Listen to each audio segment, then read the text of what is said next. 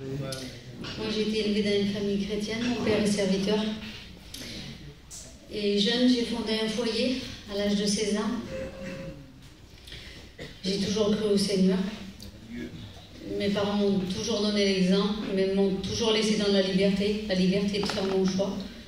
Parce qu'on n'est pas sauvé par les autres, c'est notre choix. Et quand je me suis mariée, un an après, on attendait un heureux événement et puis j'ai perdu ma petite fille à la naissance. Et moi, j'ai pas supporté.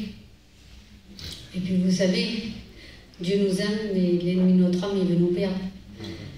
Et il m'a trompée. Il m'a fait croire que, parce que j'avais pas accepté le Dieu de mon père, le Dieu de ma jeunesse, malgré que j'avais toujours cru que Dieu existait, que Dieu m'avait rejeté, que c'était pour ça qu'il m'était arrivé ça.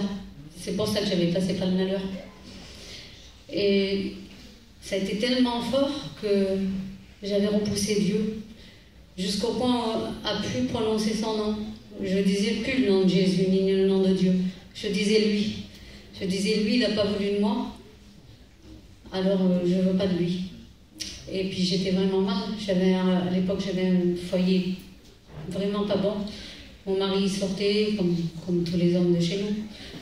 Mais moi, j'étais vraiment dans une détresse, j'étais seule, parce que je pouvais me tourner vers personne. Je croyais que Dieu ne voulait pas de moi.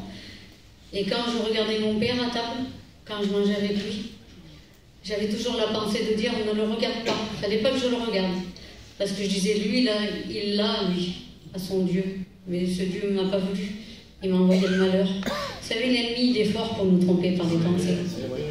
Parce qu'en réalité, le Seigneur, c'est pas ça qu'il voulait. Il voulait me consoler. Mais moi, je ne le savais pas. Et un soir, il y a un foyer chrétien qui a invité mon mari à aller à la réunion. Mais il sortait vraiment beaucoup, j'en pouvais plus. J'avais plus de solution, j'avais des idées de suicide en réalité. Et il a dit oui. Mais quand il a dit oui, c'était en couple. Et moi, je ne voulais pas y aller à la réunion, parce que je ne voulais pas entendre parler de Dieu. Mais ça, personne ne le savait. C'était comme moi, à mon cœur. Et j'étais obligée d'y aller. J'étais obligée parce qu'il ne pouvait pas aller tout seul avec l'homme et la femme. Et quand j'y étais, j'ai dit, en route, déjà, j'ai dit dans ma tête, je vais fermer mes oreilles. Je vais entendre ni un cantique, ni une prédication, rien du tout. Je veux rien entendre de lui.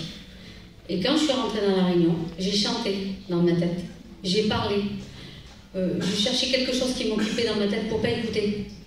Mais à un moment donné, à la fin, tout à la fin, c'était comme si on m'enlevait deux bouchons des oreilles. Mes oreilles se sont ouvertes. Et j'ai entendu une parole, que le diable c'est le père du mensonge et qu'il m'avait trompée. Et cette parole, elle m'a convaincue. Cette parole m'a convaincue qu'en réalité, Dieu voulait me consoler. Parce que vous savez, il pleut sur tout le monde, sur les justes et sur les injustes. La vie, elle est faite comme ça. La vie sans Dieu, elle est tristesse. J'ai été consolée d'une façon que je ne peux pas le décrire, la consolation que Dieu m'a donnée. Et avec le temps, avec les années, 20 ans après, j'ai perdu ma mère, jeune. Et là, vous savez, moi, j'en voulais à Dieu quand j'avais perdu mon bébé. Mais là, quand j'ai passé par la séparation, j'ai eu la réelle consolation. J'ai eu l'espérance.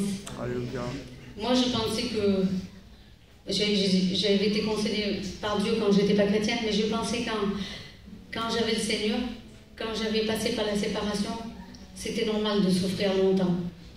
Moi, je voyais ça comme ça parce que la maladie de ma mère, elle a été longue, elle avait cette vilaine maladie. J'ai pas de soeur, j'ai que 2 frères, et puis c'était moi qui m'occupais d'elle. C'était moi qui faisais l'infirmière. Et pour moi, dans mon cœur, je disais, je vais être marquée au fer rouge. C'était quelque chose qui sera gravé dans ma chair et je ne pourrai jamais plus, comment vous dire, oublier tout ça. Mais ça, c'était moi. Ça, c'était le mot de la terre, mais ce n'était pas le mot du ciel. Parce que le Seigneur, quand il dit ne pleure pas, il console plus de vrai. Amen. Et vous savez, tous ces moments que j'ai passés, le Seigneur m'a laissé que les bons moments, que les bons souvenirs. J'aurais dû avoir que des mauvais moments. Mais le Seigneur, il m'a consolé d'une consolation. Je crois en Dieu plus que tout aujourd'hui, parce qu'il est devenu mon ombre à ma main. L'ombre, on ne peut pas la séparer de notre main. Eh bien, lui, il est comme ça dans ma vie. Il a tellement fait. Vous savez, être guéri d'une maladie, c'est quelque chose, c'est un miracle. Mais être consolé, C'est plus qu'un miracle. C'est plus qu'un miracle. C'est l'espérance de la vie éternelle. Dieu est bon. Amen. Et Dieu est amour. Alléluia. Vous savez, il m'a gardé de tous les dangers. L'année dernière, j'aurais dû perdre mon petit de 15 ans. Il était mort, mon fils. On l'a perdu, on ne le retrouvait plus. Il était parti tout seul à 800 km. Il était tombé dans un guet-apens. L'ennemi avait juré sa perte, il était mort. Mais le Seigneur nous a secourus. Il nous a délivrés. Il est le Dieu qui mérite d'être aimé pour ce qu'il est. Mais en plus de ça, il nous donne le tout. Tout ce qu'il nous faut dans notre vie. Le Seigneur vivant, vous savez, aimez-le pour ce qu'il est et il vous donnera beaucoup. Aimez-le pas par intérêt, aimez-le pour ce qu'il est. Amen, amen. Et il vous aimera beaucoup. Alléluia. Amen.